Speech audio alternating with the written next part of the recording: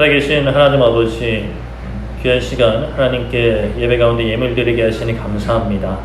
이 예물을 드리는 손길 가운데 하나님께서 허락하시는 은혜와 복의 복이 거하게 하시옵고, 그리고 기쁨으로 드리게 하사 정말 하나님께 드릴 수 있는 기쁨을 평생에 누릴 수 있는 복된 인생을 되게 하여 주시옵소서. 이 예물이 진정으로 하나님께서 기뻐하시는 곳으로 흘러가게 하시고, 하나님의 살아계심이 증거되는, 하나님의 그 영광이 선포되는 놀라운 일들이 이루어지게 하여 주시옵소서. 말씀의 자리에 나아갑니다. 하나님 말씀을 통해 말씀을 전하는 부족한 종이나 말씀을 듣는 하나님의 귀한 가족들 모두에게 말씀을 통해 하나님을 보게 하시고, 하나님을 보는 자들이 누리는 참된 평안과 위로와 회복이, 그 능력이 이 시간 우리 가운데, 또 이 시간 이후에 우리의 모든 일상 가운데 열매로 이어질 수 있도록 하나님 선이 인도하여 주시옵소서. 감사드리며 예수님의 이름으로 기도드립니다. 아멘. 하나님 말씀 보겠습니다. 하나님 말씀 사무엘상 24장 2절부터 7절까지 말씀 보도록 하겠습니다. 사무엘상 24장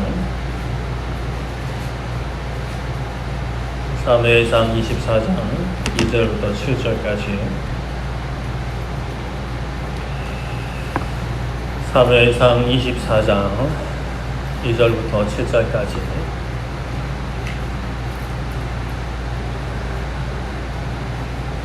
한 절씩 교독하도록 하겠습니다.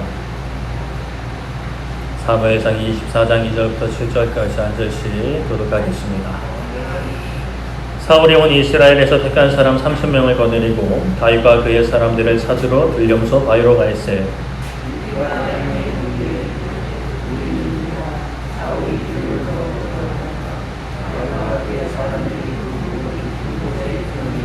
다윗의 사람들이 이르되 보소서, 여호와께서 당신에게 이르시기를 내가 원수를 너의 손에 넘기리니 너의 생각에 좋은 대로 그에게 행하라 하시더니 이것이 그날이니이다 하니 다윗이 일어나서 사울의 겉옷자락을 가만히 베니라.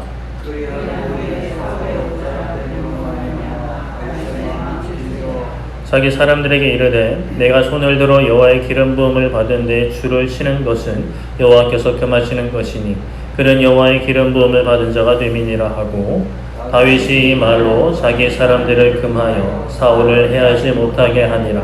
사울이 일어나 굴에서 나가 자기 길을 가니라. 아멘. 네, 오늘은 사울의 옷자락이라는 제목으로 말씀을 나누고자 합니다. 우리 가슴에 손을 얹고 고백하고 시작했으면 좋겠는데요. 따라해 주시면 감사하겠습니다. 나는 예배자입니다. 하나님만 예배하겠습니다. 하나님만 바라보겠습니다. 아멘. 감사합니다. 우리 하나님께 영광의 박수 좀 올려드릴까요? 좀 세게 감정 떼시라고. 네, 감사합니다. 너무 표정들이 안 좋으셔가지고. 날씨가 춥고 힘들죠. 경제도 뉴스에서 수출은 좀 나아졌다라고 하던데, 글쎄요. 그런다 소상공인이나 우리 중상위권 계급이라 그래, 계층이라 그래야 되나? 그 경제는 너무 어려워진다라는 뉴스들이 동시에 들려옵니다. 여러분들은 추운 한 주를 어떻게 보내셨는지 모르겠습니다. 우리가 많은 것을 하며 살아가죠. 그런데 그 중에 진짜 우리 인생에 정말 필요한 게 뭐가 있을까요? 우리가 많은 것을 하며 살아가는데 이게 그냥 진짜 내가 살기 위해서 하는 건지 아니면 좀 부수적으로 하는 건지를 좀 생각을 해볼 필요가 있는 것 같습니다. 그래서 좀 일의 순서를 항상 잘 정리를 해야 하는 것이고, 또 순서에 맞춰서 그렇게까지 중요하지 않은 일들은 좀 덜 신경 쓰고 덜 에너지를 써야 하는 지혜가 필요하죠. 그런데 그 중에 진짜 우리가 살기 위해서 꼭 필요한 것이 있다면 그것은 우리가 절대로 양보해서는 안 되는 것입니다. 이렇게 우리가 주일날 모여서 예배를 드리는 것도 양보해서는 안 되는 것이겠죠. 참 추운 아침에 쉬는 것도 힘들고, 그래서 안 씻고 오신 분들도 있을지 모르겠지만 참 저도 너무 추운데 쉬는 것도 쉽지 않고 하지만, 그래도 당연히 이제 주일날 예배해야 되니까, 목사라서가 아니라 설교를 해야 되니까가 아니라 한 사람의 예배자로서 그리스도인이니까 하나님께서 허락하신 귀하고 복된 주일날 예배드려야 하기 때문에 이렇게 모였는데, 어떤 마음이신지 모르겠습니다. 이 시간 예배 가운데, 말씀 나누는 가운데 정말 이 예배의 감격을, 정말 기쁨을 누리시기를 정말 소망하고 간절히 기도를 합니다. 우리가 저번 주에는 다윗이 도망치는 가운데 요나단이 찾아와서 하나님을 힘있게 의지하게 하는 상황을 살펴보았습니다. 사실 요나단이 다윗에게 엄청난 것을 준 것은 아닐 수 있습니다. 손에 잡히는 것은 아니었죠. 하나님의 뜻과 행하심을 전합니다. 누군가는 그것을 보고, 실제 좀 도움이 되는 걸 주고 가야지, 군사라도 좀 주고 가는가, 아니면 양식이라도 좀 주고 가든가, 라고 할 수 있겠지만, 그러나 하나님을 신뢰하는 사람, 하나님을 믿는 사람들에게는 그것이 하나님을 바라보게 하는 것이 가장 큰 위로가 되고 힘이 되는 거죠. 왜냐하면 요나단이 뭘 해준다 한들, 어떤 군대를 준다 한들, 어떤 무기를 준다 한들, 하나님께서 훨씬 크신 분이기 때문입니다. 그런 가운데 다윗이 있는 것을 사울이 알게 되었죠. 다윗이 있던 그 지역 사람들이 신고를 하게 되었습니다. 그래서 사울이 다윗을 바짝 추격하는데, 그런데 그때에 블레셋이 이스라엘을 공격했다, 침공했다라는 소식이 사울에게 전해지고 사울은 발길을 돌리게 되죠. 그 블레셋은 과거부터 이스라엘의 대적이었고 다윗의 대적이기도 했고, 이전에도 금방 다윗과 싸웠고, 그랬던 블레셋이었는데, 또 앞으로도 무찔러야 하는 대적임은 변함이 없는데, 하나님은 그런 블레셋을 통해서 다윗을 살리셨다라는 것을 우리가 살펴보았죠. 우리 인생에도 분명히 블레셋이 있습니다. 그것이 상황일 수도 있고요, 사람일 수도 있어요. 블레셋 이렇게 생각을 하기보다도 어떤 해결해야 되는 어려움들, 또는 무찔러야 되는 그런 대상들, 우리 가운데 제약된 모습들이 있죠. 그것을 해결해 나가야 되지만, 그것을 또 계속 붙잡고 기도해야 되지만, 그러나 그것조차 하나님께서는 도구로 사용을 하신다. 그래서 합력하여 선을 이루신다라는 거죠. 이 하나님을 우리가 믿고 있으면 그 해결해 나가는 과정에 힘이 될 수 있어요. 불편할 수 있고요, 아플 수 있죠. 괴로울 수도 있어요. 눈물이 날 수도 있습니다. 그러나 그러한 과정을 통해 우리를 구원하시고, 우리를 살리시고, 우리를 회복시키시고, 우리를 훈련시키시고, 우리를 세우시는 분이 바로 우리가 믿는 하나님이라는 거죠. 이 하나님을 믿으면 정말 더 이상 이 문제가 문제인 거이긴 한데, 그러나 나한테는 더 이상 문제로 느껴지지 않고 오히려 연단의 시간, 훈련의 시간, 나한테 기회로 여겨지게 되는 것입니다. 그것이 하나님과 동행하는 삶, 하나님을 바라보는 삶, 하나님을 의지하는 삶, 하나님을 모르는 사람들이 누릴 수 없는 참된 기쁨과 복인 것이죠. 그것을 어떻게 한 주간 많이 누리셨나요? 누리시려면 사실 고난 가운데 있어야 되긴 하는데, 정말 그 하나님을 더 깊이 만나고 매일에 누릴 수 있는 우리 모두 되기를 소망하고 축복합니다. 자, 오늘은 사울이 블레셋 군대가 쳐들어온 것을 해결하고 다시 다윗을 쫓고 있는 상황입니다. 어떤 사람이 다윗이 엔게디 광야에 있다는 것을 알려주죠. 그래서 사울이 군대를 이끌고 가는데 온 이스라엘에서 택한 3,000명을 데리고 갔다 합니다. 온 이스라엘에서 택한 3,000명이니 정예 부대였을 거예요. 그렇게 이제 엔게디 광야라는 유대 광야 일부인데, 거기가 보면은 저도 성지순례는 안 가봤지만 요즘에 영상으로 많이 보는데, 약간 그랜드 캐년 비슷한 식으로 약간 바위, 흙 이런 산들이 있어요. 그런 이제 좀 황량한 곳, 중간중간에 이제 풀떼기가 좀 있기는 하지만, 그래도 그 황량한 곳에 가서 다윗의 무리를 찾다가 굴이 있어서 그 굴에 사울이 볼일을 보러 들어갑니다. 성경에는 이제 뒤를 보러 들어갔다라고 하죠. 소위 우리 표현대로 하면 뒷간에 갔다라는 의미입니다. 화장실을 간 거예요. 그런데 그 굴 깊은 곳에 누가 있었죠? 다윗과 그의 사람들이 있었어요. 참 흥미로운 겁니다.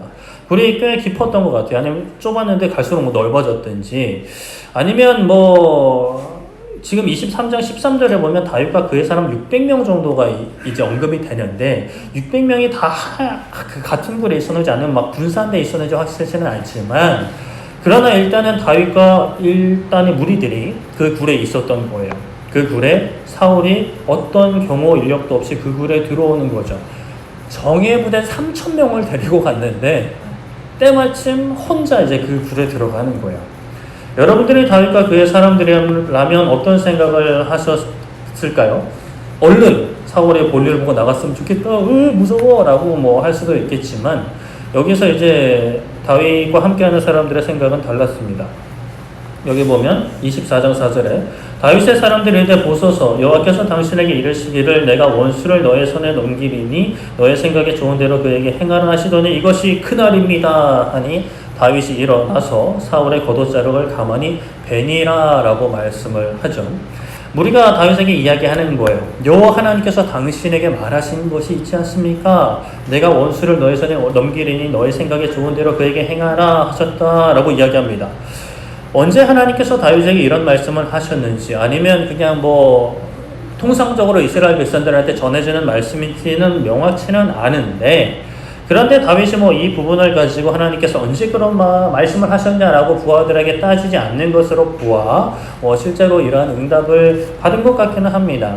그런데 뭐 그 원수가 사울이 아닐 수도 있고 다른 대적일 수도 있는데 뭐 하여튼 이 부분은 좀 명확치는 않지만 어찌되었든 확실한 것 다윗의 무리들은 지금 이 상황 사울이 볼일을 보러 다윗과 그 무리들이 숨어있는 굴에 들어온 것은 하나님께서 주신 기회라고 생각을 하고 있어요. 여기서 우리가 이제 생각해 볼 문제는 상황이 열릴 때나 닫힐 때가 있잖아요. 그럴 때 우리가 어떤 마음을 가지고 어떤 선택을 하느냐에 대한 문제를 좀 생각을 해볼 필요가 있습니다. 제가 뭐 여러 번 이제 말씀을 드렸지만 우리가 어떤 고민되는 일에 있어서 이제 하나님의 뜻을 구한다라고 할 때에 우리가 하나님을 믿는 사람이기 때문에 하나님의 뜻을 구하고 하나님의 인도하심을 구합니다. 그런데 그렇게 하나님께 묻는데 하나님의 뜻을 묻는데 그럴 때 하나님께서 우리에게 막 분명하게 뭐 꿈이든 뭐 카톡이든 뭐 전광판이든 그런 것을 통해서 뭐 말씀을 이렇게 막 보여주시면 뭐 어느 길로 가라 오른쪽이다 1번이다 3번이다 뭐 이렇게 알려주시면 참 좋겠는데 그렇지 않은 경우가 너무 많죠. 그런 뭐 은사라고 할 수 있는 그런 은사를 우리에게 모두가 받은 것이 아닙니다. 그래서 우리가 통상적으로 이제 하나님의 뜻을 분별하는 방법이라고 할 때 먼저 이제 마음을 다해 기도를 하고 그 기도를 하는 가운데 나의 마음을 이제 살피는 겁니다. 그리고 동시에 상황이 허락되느냐 기도하는 가운데 나의 마음 가운데 기쁨과 어떤 도전 불편한 마음이 있다 하더라도 도전이 있느냐 이런 것들을 종합적으로 볼 때 이것은 하나님께서 원하시는 거구나 라고 우리가 판단을 합니다. 이게 뭐 틀린 것은 아닌데 그런데 이 방법에 있어서도 좀 조심해야 되는 부분이 있는데 뭐냐 내 마음에 있는 게 하나님께서 허락하신 것인가 또 마귀가 거짓과 속임수로 심은 것인가를 분별해야 되는 거죠. 빌립보서 2장 13절에는 이렇게 말씀합니다. 너희 안에서 행하시는 이는 하나님이시니 자기의 기쁘신 뜻을 위하여 너에게 소원을 두고 행하게 하신다라고 말씀을 해요. 이 말씀에는 우리 마음에 무엇을 두고 행하신다고요? 소원을 두고 행하신다. 바라는 마음인 거죠. 우리 마음에 이렇게 하고자 하는, 이거 하고 싶다라는 마음을 허락하신다는 거예요. 누가요? 누가요? 바로 하나님. 성령 하나님께서 그렇게 하신다라는 거예요. 그런데 그런 상황 속에 일단은 또 내가 얼마나 이제 평소에 또 지금 이 순간 성령 하나님을 의지하고 있는가를 또 살펴야 됩니다. 성령 하나님과 전혀 상관없이 내 마음대로 살다가 거룩한 영의 양식을 먹기보다 뭐 세상의 것들에 내 눈과 귀와 마음이 가득 차 있는 상태에서 잠깐 기도했다고 내 마음에 드는 모든 생각이 또는 기도조차 하지 않았는데 내 마음에 드는 생각이 하나님께서 주신 마음이다 라고 생각하는 것은 사실 굉장히 위험한 행동인 거죠. 물론 그렇다고 내 마음속에 이제 다 마귀의 거짓과 속임수만 차이는 것은 아니고 성령님께서 갑자기 감동을 주실 수도 있긴 한데 조심해야 되는 거죠. 그만큼 꾸준한 개인 경건 생활이 참 중요한데요. 그렇다고 내 경건 생활이 어느 수준 돼요? 하루에 성경을 한 5장 읽고, 기도는 30분 이상 해야 내 마음에 드는 생각이 하나님께서 주신 생각이다. 그런 것도 굉장히 위험한 부분입니다. 그건 또 그렇게 해서는 위험하고요. 그렇게 정말 중요한 것은 분별하는 건데, 말씀으로 분별하는 겁니다. 내 마음속에 드는 생각이 성령 하나님께서 주신 생각인지, 또 지금 상황도, 지금 열리는 이 상황이 하나님께서 정말 기뻐하시는 상황인지를 분별을 해야 돼요. 무엇을 통해서요? 말씀을 통해서. 하나님 말씀을 통해서 분별을 해야 되는 거죠. 다윗의 무리들은 지금 이 상황이 누가 주신 기회라고 여겼죠? 하나님이 주신 기회라고 여긴 거예요. 그도 그럴 것이 정말 사람이 계획하지 않은 절호의 기회거든요. 예상하지 못한 정예 부대는 다 내버려두고 지 혼자 볼일 보러 들어왔으니까 완전 무방비 상태. 어찌됐건 뭐 몇 명씩 나누어져 있다 하더라도 최소한 뭐 두세 명은 있었을 건데, 기습 공격하면, 물론 사울이 뭐 싸움도 잘하고 등치도 있지만, 그 뭐 볼일 보고 있는데 갑자기 치면 뭐 이렇게 뭐 할 수, 뭐 참 뭐 상상이 좀 그렇지만 상황이 곤란한 상황이잖아요. 그런데 다윗은 그를 따르는 무리들과 같은 생각을 품지 않습니다. 다윗은 그 상황에서 어떤 행동을 하죠? 사울의 겉옷자락을 그냥 가만히 베요. 사울의 몸에 어떤 피해도 입히지 않고 그 겉옷만 살짝 베어가는 거예요. 사울이 알아차리지도 못할 정도로. 뭐 옷을 좀 벗고 있었을 수도 있죠. 옷을 벗고 이렇게 냅두고 이제 볼일을 볼 수도 있는데, 어찌되었건 그렇게 겉옷자락만 살며시 베는데 그것만으로도 다윗의 마음이 찔렸다라고 말씀을 해요. 다윗의 무리들의 마음에는 사울의 목을 벨 수 있는 기회라는 이 어떤 하나님의 응답이라는 생각까지 있었는데, 다윗의 마음은 그 옷자락 하나 벤 것으로 불편해지는 거예요. 찔리는 거예요. 그리고 사람들에게 말하기를 24장 6절에 보면, 자기 사람들에게 이르되 내가 손을 들어 여호와의 기름 부음을 받은 내 주를 치는 것은 여호와께서 금하시는 것이니 그는 여호와의 기름 부음 받은 자가 됨이니라 라고 말씀을 합니다. 손을 들어 여호와의 기름 부음을 받은 내 주를 치는 것은 여호와께서 금지하시는 것이다. 다윗이 기억한 건 뭐예요? 하나님의 뜻, 하나님의 말씀을 기억하는 거예요.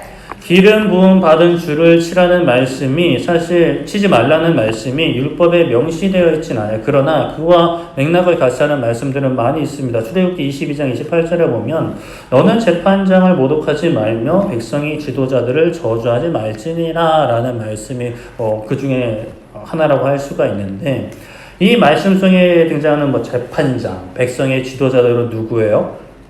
권세가 있는 사람들이에요. 리더로 세움받은 사람들이에요. 하나님께서 세우신 사람들이죠. 이런 사람들을 존중하라는 의미가 이제 담겨 있는 겁니다.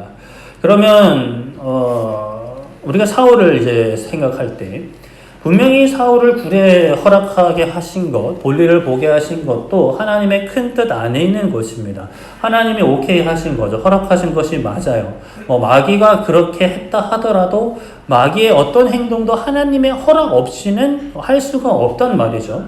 그러나 그런 상황이 되었다고 해서 다 해도 되는 건 아니에요. 하나님의 뜻이 중요한 거죠. 무조건 상황이 허락되었다고 해서 다 하나님의 뜻이냐? 이것은 또 아니다라는 거예요. 민수기 22장에 보면은 발람과 발락이라는 그 이름도 비슷한 요상한 이름들이 등장을 합니다. 이스라엘 백성들이 광야 40년 생활을 마치고요, 가나안 땅으로 들어가기 위해 이동 중인 상황인데 그 길목에는 모압이 두려워해요. 그래서 그때 모압의 왕이었던 발락이 발람이라는 유명한 예언가를 불러다가 이스라엘을 저주하게 하려 합니다. 그래서 모압 왕 발락이 사신들에게 이제 재물을 가지고 가서 발람에게 와서 저주를 좀 해달라라고 부탁을 하는 거죠. 그날 밤에 하나님께서 발람에게 말씀하시기를 그들과 함께 가지도 말라, 백성을 저주하면 안 된다라고 분명히 말씀하세요. 그래서 발람 예언가는 거절해서 모압 사신들은 돌아갑니다. 모압 왕 발락은 포기하지 않고요, 더 많은 사람을 발람에게 보내어 청합니다. 그날 밤에 발락에게 하나님께서 말씀하시기를, 발람이 또 약간 가고 싶은 뉘앙스로 가도 될까? 이런 식으로 물어보니까 하나님이 일어나 가되 내가 너에게 이르는 말만 하라고 당부하세요. 그래서 발람이 모압 사신들을 따라가는데 그가 간 것으로 하나님께서 진노하셨다라고 말씀을 해요. 민수기 22장 22절에 그가 감으로 말미암아 하나님이 진노하심으로 여호와의 사자가 그를 막으려고 길에 서니라.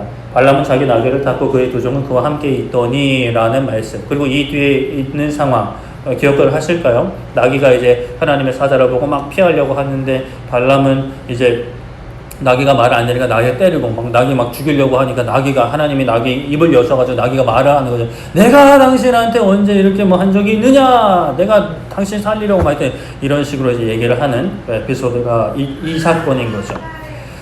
하나님께서 발람 예언가에게 뭐 선지자라고도 표현을 하는데 가라고 하셨어요. 갈 수 있는 상황을 허락하셨어요. 그런데 갔더니 진노하세요. 하나님 왜 이러실까요? 이 뭐 이랬다 저랬다 이제 뭐 왔다 갔다 하시는 것도 아니고 말이죠. 그 남녀가 그 데이트를 할 때 약간 그런 모습들이 있다라고 해요.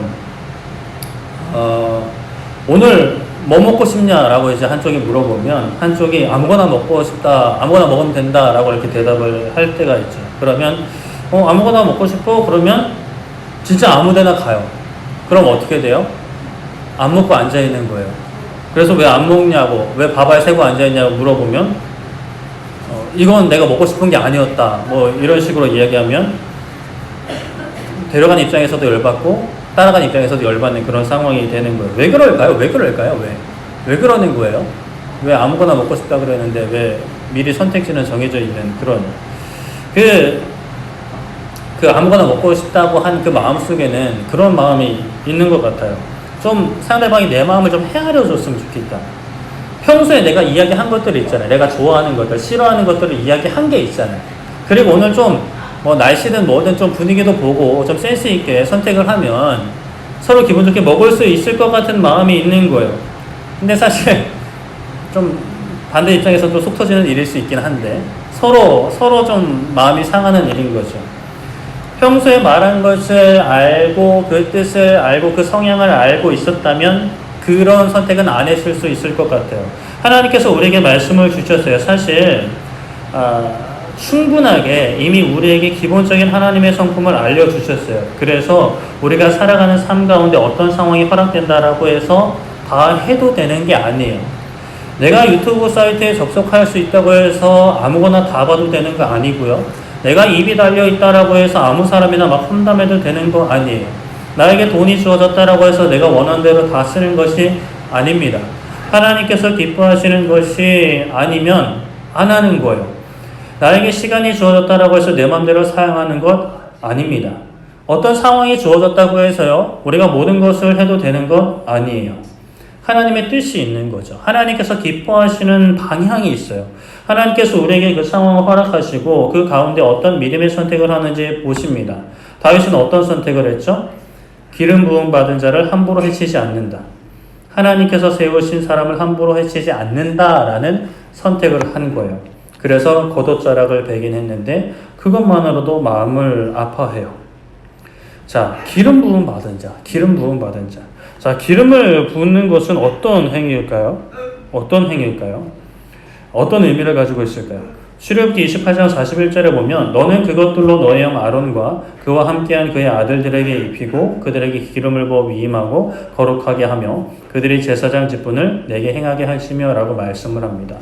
이 말씀은 그 제사장의 의복에 관한 말씀이에요. 제사장을 세울 때의 그 말씀인데 제사장에게 의복을 입히고 기름을 부어 위임하고 이제 거룩하게 하라라는 이제 말씀입니다. 제사장의 직분을 허락하는 것이며 제사장을 이제 거룩하게 하는 것인데 그것이 어떠한 행위로 인해서 이루어지는 거죠? 기름을 붓는 행위로. 이렇게 하나님께서 제사장을 세울 때 기름을 부으셨어요. 그리고 왕을 세울 때도 기름을 부으셨는데 사상기 9장에 보면 그 요담이라는 인물이 아비멜렉을 왕으로 세운 것을 비판하면서 비유로 이제 가시나무에 기름을 부어 왕으로 삼았다라는 이야기가 등장을 합니다. 기름을 붓는다라는 것은 제사장을 세우고 왕을 세우는 거예요. 다른 표현으로 하면 이제 권세자를 리더를 이제 세우는 거죠. 그 리더의 그 권위 그 권세는 어디서 올까요? 하나님께로부터 오는 겁니다. 하나님께서 세우신 사람들이요. 왕이든 제사장이든요. 그러니 그 권세는 하나님으로부터 왔으니 그 권세를 가진 사람을 함부로 대하는 것은 하나님을 함부로 하는 게 됩니다. 기름 부음 받은 자를 해치는 것은 하나님을 해칠 수는 없지만 하나님을 업신여기는 것이 되는 거예요. 다윗이 선택한 것은 인간 사울을 존중하는 것은 아니었을 겁니다. 사울을 세우신, 사울에게 기름을 부으신, 왕으로 세우신 하나님을 존귀히 여긴 거죠. 하나님을 경외한 겁니다. 우리도 마찬가지예요. 하나님을 믿는 사람들은 하나님을 경외해야 합니다. 하나님을 존귀히 여겨야 되는 거예요. 하나님을 존귀히 여기는 것은 하나님께서 귀하게 여기시는 자를, 하나님께서 세우시는 자를, 하나님께서 기름 부으신 자를 귀하게 여기는 것입니다. 그렇다면 오늘 하나님께서 귀하게 여기시는 사람, 하나님께서 기름 부으신 사람 누구일까요? 저일까요? 이사야 61장 1절 말씀을 보면 주 여호와의 영이 내게 내리셨으니 이는 여호와께서 내게 기름을 부으사 가난한 자에게 아름다운 소식을 전하게 하려 하심이라. 나를 보내사 마음이 상한 자를 고치며 포로된 자에게 자유를, 갇힌 자에게 노임을 선포하며 라고 말씀을 합니다. 자, 여호와의 영이 내게 내리셨으니 이는 여호와께서 내게 무엇을 부으셨다고요? 기름을 부으셨다라고 하고 있어요. 이제 뒤집어서 이야기하면 여호와께서 기름 부으신 사람은 무엇이 내린 사람이죠? 여호와의 영이. 다 나와 있는데 집중을 좀 해보세요. 왜 멍 때리시지 말고 이제 말씀을 보시면서 생각을 하시면서 들어보세요. 기름 부으신 사람은 무엇이 내린 거라고요? 여호와의 영. 여호와의 영을 두 글자로 하면 뭘까요? 성령. 또 님자 붙이면 성령님이죠. 1차적으로는 기름 부음 받은 자는 사실 성경에서는 메시아, 그리스도, 예수님을 가리키기는 합니다. 그런데 예수님께서 그 영을 우리에게 부어주신다라고 약속하셨어요. 요한복음 14장 16절에 내가 아버지께 구하겠으니 그가 또 다른 보혜사를 너희에게 주사 영원토록 너희와 함께 있게 하리니 라고 말씀을 합니다. 그리고 같은 14장 26절에는 곧 아버지께서 내 이름으로 보내실 성령이라고 분명히 명시를 하세요. 성령, 하나님의 영, 예수님의 영을 누구에게 주신다고요? 우리 모두에게 주시는 거예요. 이 목사에게만 주는 게 아니라 모든 그리스도인들에게 주시는 거죠. 그러면 오늘 기름 부음 받은 사람은 누구예요? 예수 그리스도를 구주로 오시는 우리 모두, 나 자신이 바로 기름 부음 받은 자입니다. 내가 바로, 여러분들이 바로 기름 부음 받은 자라는 거예요. 그렇다면 하나님을 귀하게 여기는 것은 누구를 귀하게 여기는 거라고요? 기름 부음 받은 자를 귀하게 여기는 거라고 그랬어요. 그러면 누가 기름 부음 받았다고요? 누구예요? 몰라요? 누구예요? 우리 나. 내가 기름 부음 받았어요. 그러면 나를 귀하게 여기는 거는 누구를 귀하게 여기는 거예요? 하나님을 귀하게 여기는 거예요. 하나님을 귀하게 여기는 거는 누구를 귀하게 여기는 거예요? 우리를 귀하게 여기는 거예요. 나를 귀하게 여기는 게 하나님을 귀하게 여기는 것이 되죠. 그렇다면 나를 귀하게 여기는 구체적인 모습은 어떤 모습일까요? 따뜻한 이불 속에 가만히 있는 게 나를 귀하게 여기는 걸까요? 세상 사람들은 나를 귀하게 여기는 것에 대해서 좋은 것 먹고 좋은 것 입고 좋은 곳에 여행 가는 것을 나를 귀하게 여기는 것이라고 이야기들을 합니다. 좋은 것 먹고 좋은 것을 입고 좋은 곳에 가서 사진도 남기고 다른 사람들이 세상 사람들이 부러워할 만한 그런 모습 좋죠. 좋습니다. 그것도 귀하게 여기는 하나의 방편일 수는 있는데, 그런데 우리 속은요, 우리 마음은요, 우리의 영혼은요, 그렇게 다른 사람들이 부러워하면 즐겁죠. 행복합니다. 어깨가 으쓱으쓱 됩니다. 그런데 그게 얼마나 갈까요? 우리의 영혼은 계속 굶주려 굶어가고 있어요. 오늘 이제 주보에도 독서 메모에도 나왔지만 단어가 뭐더라? 아보하라는 단어가 2025년 트렌드 코리아의 하나 주제인데, 아보하 뭘까요? 아보하 뭐더라?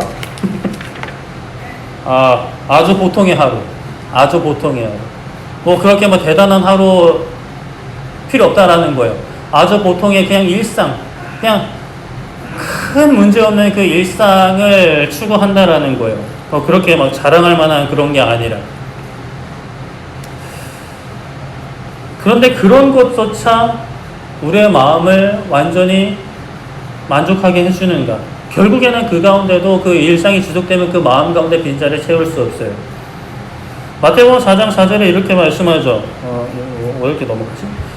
예수님께서 대답하여 이르시되 기록되었으되 사람이 떡으로만 살 것이 아니요 하나님의 입으로부터 나오는 모든 말씀으로 살 것이라 라고 말씀을 하셨어요.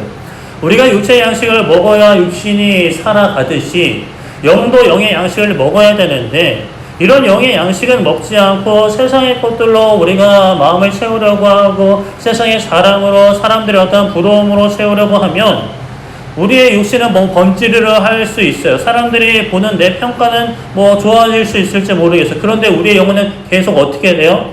굶어가고 있는 거예요. 영의 양식은 따로 있는데 사람들이 부러워하는 부러움도 아니에요. 나의 어떤 내 생각도 아니에요. 영의 양식은 말씀이고 말씀을 먹어야만 내 영이 배가 부르게 되고 살이 찌게 되고 건강해지게 되는데 영의 양식은 말씀을 먹지 않으면 어떻게 돼요? 영이 굶주려 가는 거예요. 굶주려 가다가 결국에는 죽게 되는 거죠. 말씀을 먹지 않으면 우리 영혼이 굶게 되고요. 뭐 피골이 상접해지고요. 피골이라는 게 뭐 표현 자체가 그렇다는 거고 결국에는 우리의 영혼도 아사 상태에 이르게 되는 거예요. 여러분 어떻게 말씀 얼마나 드시고 계세요? 말씀 얼마나 드세요? 평소에 말씀 얼마나 드세요? 매일의 삶관에 말씀 얼마나 드시고 계세요? 우리가 휴가를 받거나 보너스를 받거나 뭐 시험에 합격했을 때 뭐 자녀들에게 상을 주기도 하고 심지어 나 자신에게 상을 주기도 해요. 이렇게 수고했으니까 뭐 이 정도는 되겠지. 이 정도는 내가 누려도 돼. 그렇다면 뭐 좋아요. 다 좋다 이거예요. 그렇다면 우리의 영혼에게는 뭘 주세요? 뭘 주세요? 그 만족감이 나의 영혼을 살릴 수 있을까요? 다른 사람들이 부러워하는 이것을 갖춘다고 해서 나의 마음이, 나의 영혼이 양식을 먹는 걸까요? 우리는 말씀을 먹어야 됩니다. 말씀을 먹어야 됩니다. 그게 영혼의 유일한 양식입니다. 말씀 안 먹으면 죽어요. 우리의 영혼은 죽습니다. 영혼이 죽으면 죽은 상태, 거의 뭐 아무리 성령 하나님이 임하셨다 하더라도 거의 뭐 죽은 것과 다름이 없는 그 상태에 이르게 될 수 있어요. 그럼요, 무엇을 해도 기뻐할 수 없어요. 무엇을 해도 감사할 수 없고요. 찬양할 수 없어요. 순종할 수도 없어요. 능력을 행할 수도 없어요. 능력을 경험할 수도 없고 하나님 나라를 볼 수도 없죠.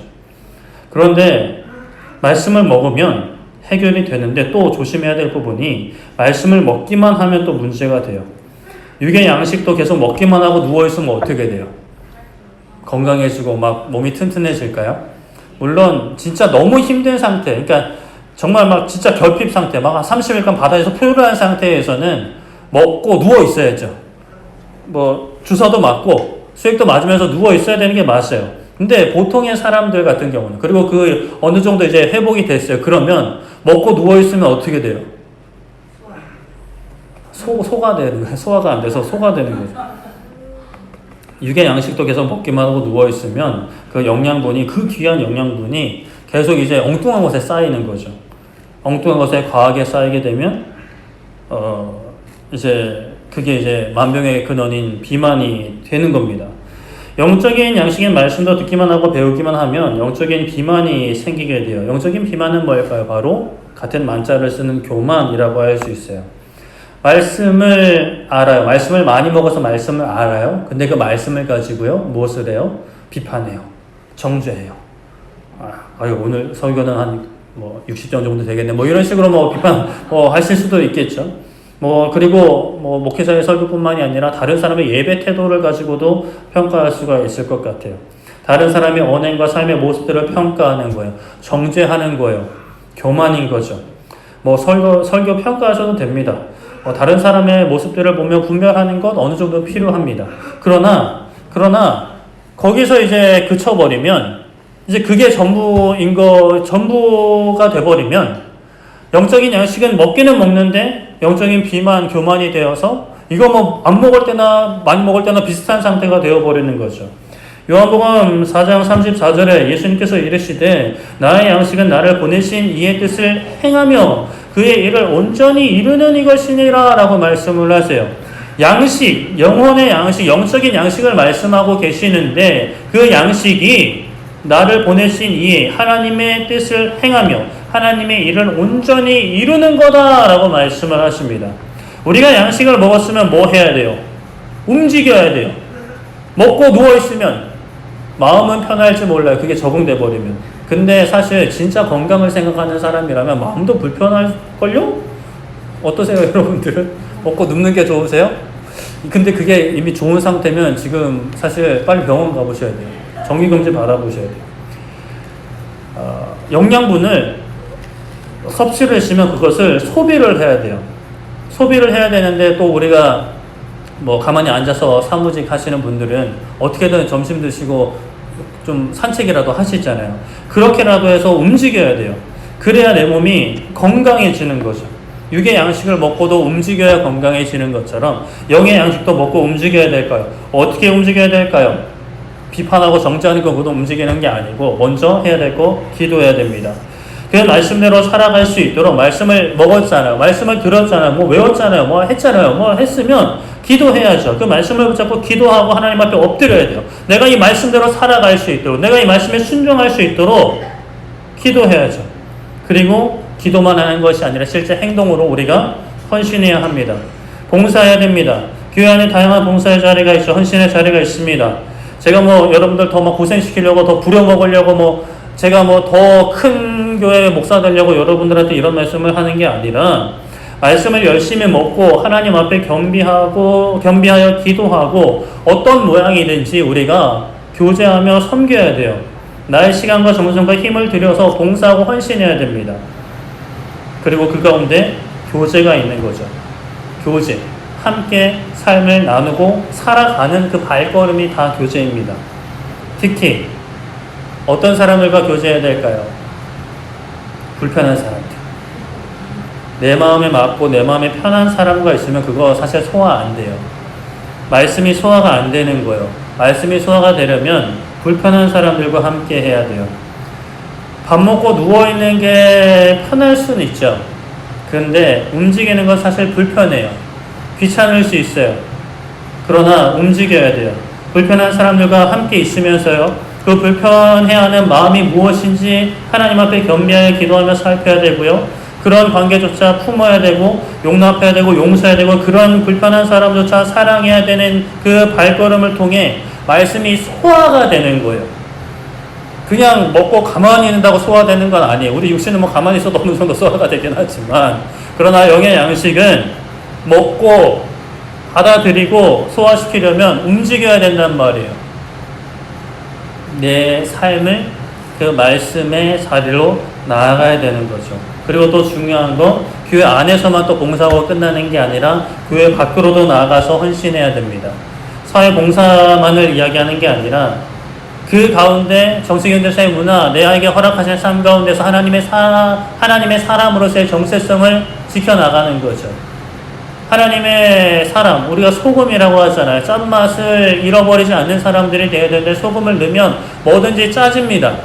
소금이 눈에 보이진 않지만 짠맛으로 여기 소금이 들어갔구나라는 걸 느끼는 것처럼 우리가 어디에 가 있든지 우리가 하나님의 사람으로서 살아가는 그 말과 행동과 모든 삶의 모습들을 통해 저 사람은 하나님을 믿는 사람인가 라는 생각이 드는 그러한 삶을 살아가야 되는데 그러한 삶을 통해 말씀이 또 소화되어서 살이 되고 피가 되는 거죠. 살은 되면 안 되나? 근육이 되어야 되는 거죠. 그리고 전해야 됩니다. 전도하는 거죠. 선교하는 거죠. 요즘 짧은 시간이지만 이 앞에서 보통 이 옆에 있는 식당, 이 신호등 앞에서 이렇게 핫팩을 나눠줍니다. 참 목회자로서 더 일찍 시작 못한 것이 부끄럽기도 하지만 그래도 너무 요즘 감사하고 있어요. 날씨도 참 많이 추웠지만 내가 뭐라고 예수님을 전할 수 있다니요. 작지만 이렇게 시작할 수 있으면 너무 감사하고 있습니다. 여러분들 요즘 어떠세요? 행복하세요? 깊은 한숨 누군지 모르겠는데 깊은 한숨 어떠세요? 참 몸 피곤하고 참 힘들고 매일 출근하는 거 어떻게 즐거우세요? 파이팅! 자, 기쁘면 뭐 때문에 기쁜지 질문을 해야 되는데 뭐 기쁜 사람이 별로 없는 것 같아가지고 자, 우리가 행복한 게 맞아. 행복해야 돼요. 우리 인생은 행복해야 되는데 행복하지 못하다는 그 이유가 있어요. 이유를 찾아봐야 돼요. 상황 때문에 그럴까요? 물론 상황 때문에 그럴 텐데 근데 그 상황을 해석하고 받아들이는 건 내 영혼의 힘입니다. 내 영혼의 힘이 없어져 버리니까 상황에 따라서 힘들어지는 거예요. 내 영혼에 힘이 있으면 내 상황이 아무리 힘들고 어려워도 싸울 힘이 있고 버틸 힘이 있으면, 그것을 해석할 힘이 있으면 그 가운데 우리가 힘들지만 어렵지만 하나님을 바라보는 거예요. 하나님을 의지하면서 기대를 잃지 않고 소망을 잃지 않는 거죠. 근데 영혼이 양식을 먹지 못했어요. 그 양식을 또 소화시키지 못했어요. 그럼 영혼이 힘이 없는 그냥 이런 상태가 되는 거예요. 그럼 싸울 힘도 없어요. 버틸 힘도 없어요. 그냥 상황 그대로 힘들어하고 그대로 어려워가, 아니 더 힘들, 상황보다 더 힘들어하고 더 어렵게 느껴지는 거죠. 그렇게 두면 안 되잖아요. 말씀을 먹고 힘을 내어서 이 세상, 한번 살아가는 이 세상 행복하게 살아야죠. 그리고 하나님 나라 바라보면서 정말 인생의 참된 기쁨과 감사를 누려야 되는데, 많이 먹기는 먹어도 기도하지 않으면, 봉사하고 헌신하지 않으면, 순종하지 않으면, 전도하지 않으면, 선교하지 않으면 영적인 비만인 교만에 빠지고 여러 영적인 합병증이 걸리는 거죠. 병 들어갑니다. 진짜 아프게 되는 거예요. 아사 상태와는 또 다른 형태로 매우 위험한 상태가 됩니다. 마태복음 7장 24절에 이렇게 말씀합니다. 그러므로 누구든지 나의 이 말을 듣고 행하는 자는 그 집을 반석 위에 지은 지혜로운 사람 같으리니 라고 말씀만 하세요. 예수님이 하신 말씀이에요. 말씀을 듣고 가만히 있지 말라는 거죠. 행하라는 거예요. 어떤 모습이든 내가 할 수 있는 작은 거라도. 우리 전도 핫팩 있잖아요. 그거 여러분들 한 주에 하나씩이라도 가져가셨으면 좋겠어요. 그리고 길거리에 만나는 사람들 있잖아요. 가장 힘들어 보이는 사람, 가장 우울해 보이는 사람한테 전해주세요. 기도하시면서 하나님, 이 하나, 일주일에 하나 정도는 괜찮지 않을까요? 하나님, 가장 힘들어하는 사람 만날 수 있도록 정말 꼭 필요한 사람들한테. 우리 교회에 왔으면 좋겠다라는 번지르르한 사람도 물론 뭐 줄 수도 있으면 좋지만, 근데 진짜 저 사람 하나님 아니면 죽겠다 싶은 사람들 이렇게 만날 수 있단 말이에요. 그런 사람한테 나눠줄 수 있었으면 좋겠어요. 그럼 하나님이 그 모습 기뻐하시고 그것을 통해 우리의 영혼이 조금씩 또 살아나는 거예요. 말씀을 듣고 작은 봉사일 수 있고 헌신일 수 있지만 그렇게 하면서 우리의 영혼이 살아나는 거예요. 그러면 또 힘내서 더 하게 되고 처음부터 너무 목사처럼 돼야죠, 나 목사 돼야지 이런 생각 하나님 주시면 해야겠지만 너무 큰 어떤 꿈이 아니더라도 작은 순종이라도 이렇게 한 걸음 내디뎌서 우리 영혼이 살아나는 그런 아름다운 하나님의 역사가 우리 모두에게 일어나기를 소망하고 축복합니다. 말씀을 정리하겠습니다. 다윗에게 사울을 죽일 수 있는 기회가 주어졌죠. 길이 열렸습니다. 상황이 허락되었어요. 다윗과 함께한 사람들은 하나님이 주신 기회입니다 라고 이야기했지만 다윗은 그렇게 생각하지 않았습니다. 그래서 옷자락만 베었고요. 그것만으로도 마음 아파했어. 왜요? 하나님의 기름 부으신 왕을 내가 이렇게 함부로 했다라는 거죠. 그럼 옷자락 벤 게 뭐라고요? 하나님을 너무 소중히 여기는 거죠. 하나님이 너무 귀한 거예요. 우리 하나님 얼마나 귀하게 여기고 있을까요? 하나님 귀하게 여기시죠? 하나님 귀하잖아요. 그렇죠? 하나님 너무 좋죠? 아멘 안 한 사람은 어떻게 하지? 하나님 너무 귀하잖아요. 너무 좋잖아요. 물론 너무 힘들어서 그 마음을 좀 많이 버려셨을 수도 있죠. 그러나 우리 다시 한번 생각해 봐야 돼요. 하나님 너무 귀하잖아요. 너무 귀하게 우리가 마땅히 그렇게 해야 되잖아요. 어떻게 해야 될까요? 일단은 우리 나부터 시작했으면 좋겠어요. 나를 귀하게 여기는 거예요. 근데 세상의 기준이 아니라 하나님 기준으로, 우리를 만드신 하나님 기준으로, 우리의 삶을 책임지시는 하나님의 기준으로. 첫 번째, 말씀 먹어야 돼요. 세상의 기준으로 좋은 거 입고 좋은 거 먹고 좋은 거 타고 좋은 거 누리고 좋은 데 가고 하실 수 있으면 하세요. 근데 가장 먼저 말씀 먹어야 돼요. 말씀 먹고 우리 영혼이 살아내야 되고요. 또 먹는 데서 그치는 게 아니라 움직여야 되죠. 기도해야 됩니다. 헌신해야 됩니다. 봉사해야 됩니다. 교제해야 됩니다. 전해야 됩니다. 선교해야 됩니다. 그러면 살아납니다. 하나님이 가만히 있으시겠어요? 하나님 역사하십니다. 지금도 살아계시고요. 우리를 살리십니다. 그럼요, 영혼이 죽어 있을 때는 누리지 못했던 그 기쁨과 감사, 행복, 상황에 휘둘렸던 그런 삶이 아니라 이제 상황을 뚫고 나아가는 그런 믿음의 용사가 되는 거죠. 저도 그렇게 되기를 바라고 우리 모두가 함께 그렇게 됐으면 좋겠습니다. 다른 거 다 생각하지 말고 일단 행복했으면 좋겠잖아요. 기쁘면 좋겠잖아요. 짜증내는 삶 살고 싶어요? 원망하는 삶 살고 싶어요? 아니잖아요. 그건 아니잖아요. 그러면 저와 우리 모두 함께 갔으면 좋겠어요. 어디로요? 말씀의 자리로, 기도의 자리로, 순종의 자리로, 전도의 자리로, 선교의 자리로 함께 가는 우리 모두 되기를 소망하고 축복합니다. 우리 첫 번째로는 말씀 자리로 찬양하고 우리 기도할 텐데, 우리 앞보집 23번인데 앞에도 띄워드릴게요. 앞보집 보셔도 되고 앞에 보셔도 됩니다. 우리 첫 번째로 말씀 앞으로 나아가야 됩니다. 그리고 그 말씀의 순종, 이거는 패키지예요. 떨어질 수 없는 거예요. 떨어지면 큰일 나요. 말씀 앞에 나아가서 말씀을 먹고요, 그 말씀대로 살아가는 우리 모두 되기를 소망하고 축복합니다. 찬양하고 기도하겠습니다.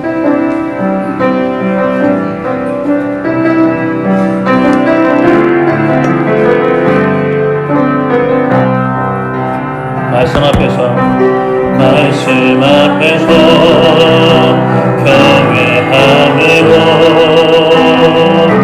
주께 홀로 섭니다. 생명의 말씀 읽고 순종해 주를 예배합니다. 기록된 말씀 힘이셔서 진리로 우리 거룩해 하며 거룩한 말씀 세세 영원히 복음이 되어 말씀하시네. 하나님 말씀에 두려워하는 자, 그 말씀에 생명을 거는 자, 한 사람 찾으시는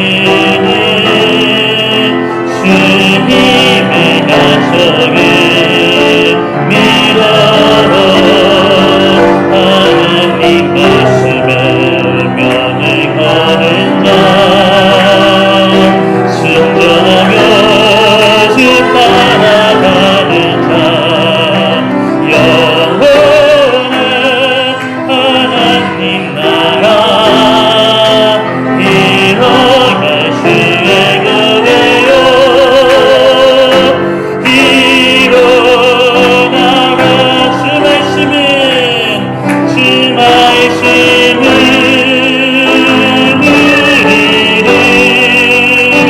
우리를 구원에 이르는 시대이니 모순과 내 뜻하에 그 말씀에 보존하라. 하나님 말씀에 두려워 떠는 자, 그 말씀에 생명을 거는 자, 한 사람 찾으시는 주님의 약속을 믿어 하나님 말씀에 운명을 거는 자, 순종하며 주 따라가는 자, 영원한 하나님 나라 이뤄갈 주의 교회요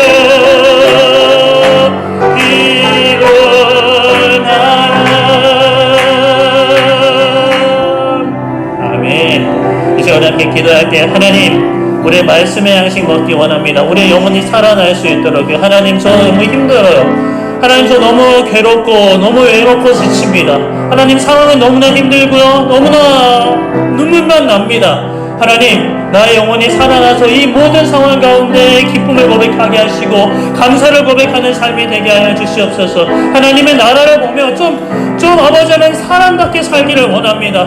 살아도 죽은 것처럼 살지 않게 해주시고 정말 살아 숨쉬는 삶을 살아갈 수 있도록 말씀 먹게 하시고 말씀에 순종하는 삶이 되게 해달라고 우리 주여 외치고 기도하도록 하겠습니다. 주여, 살아계신 하나님 아버지, 이 시간 우리가 하나님 앞에 나아갑니다. 아버지 하나님, 이 시간 우리 말씀을 붙잡고 기도합니다. 아버지 하나님, 말씀의 양식으로 우리를 살리기 원합니다. 하나님을 너무나 존귀하게 여겨서 사울의 옷자락을 베고도 괴로워했던 그 다윗의 마음처럼 우리가 하나님을 귀하게 여기기 원합니다. 하나님께서 기름 부으신 나 자신을 귀하게 여깁니다.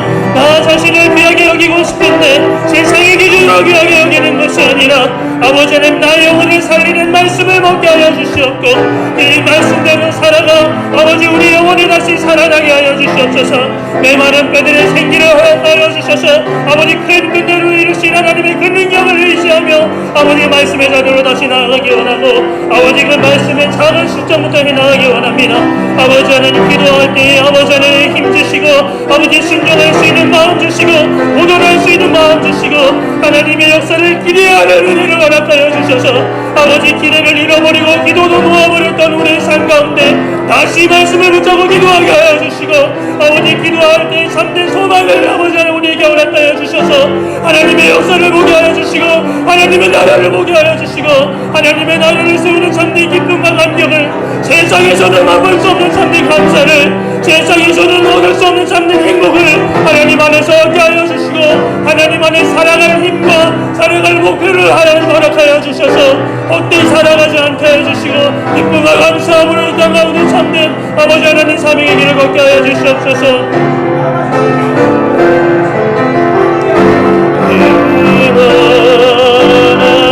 하나님 말씀에 하나님 말씀에 들어오는 자, 그 말씀에 생명이 거는 자, 한 사람 찾으시는 주님의 약속을 믿어 하나님 말씀에 운명이 거는 자, 순종하며 주 따라가는 자, 영원한 하나님 나라 일어날 주의 교회여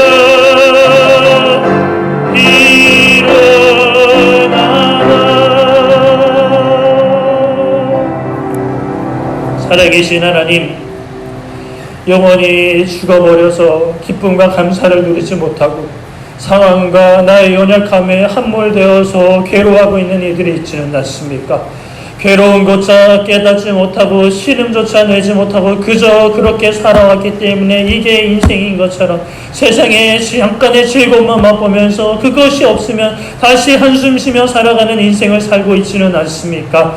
아버지 하나님, 말씀에 붙잡힌 인생이 되게 하여 주시옵소서. 세상과 나의 계획과 나의 생각에 붙잡힌 인생 되지 않게 해주시고 나의 연약함에 아버지 하나님 붙잡힌 인생 되지 않게 해주시고 나를 살리시는 말씀과 나를 행복하게 하고 나를 기쁘게 하는 게 말씀에 붙잡힌 인생이 되어서 그 말씀의 양식을 먹고 말씀에 순종하는 삶을 통해 우리의 영혼이 살아나고 살아난 영혼이 이 환경과 모든 어려움을 뚫고 나아가 하나님의 나라를 보며 하나님의 나라를 세우는 주의 백성이 되어 이 땅 가운데 살지만 어떤 상황 속에서도 찬양하고 기뻐하고 감사하고 참된 행복을 누릴 수 있는 하나님의 용사가 되어 아버지 하나님께서 허락하신 이 땅을 살아가는 살아내는 승리하는 하나님의 백성들 되게 하여 주시옵소서. 감사드리며 예수님의 이름으로 기도드립니다. 아멘.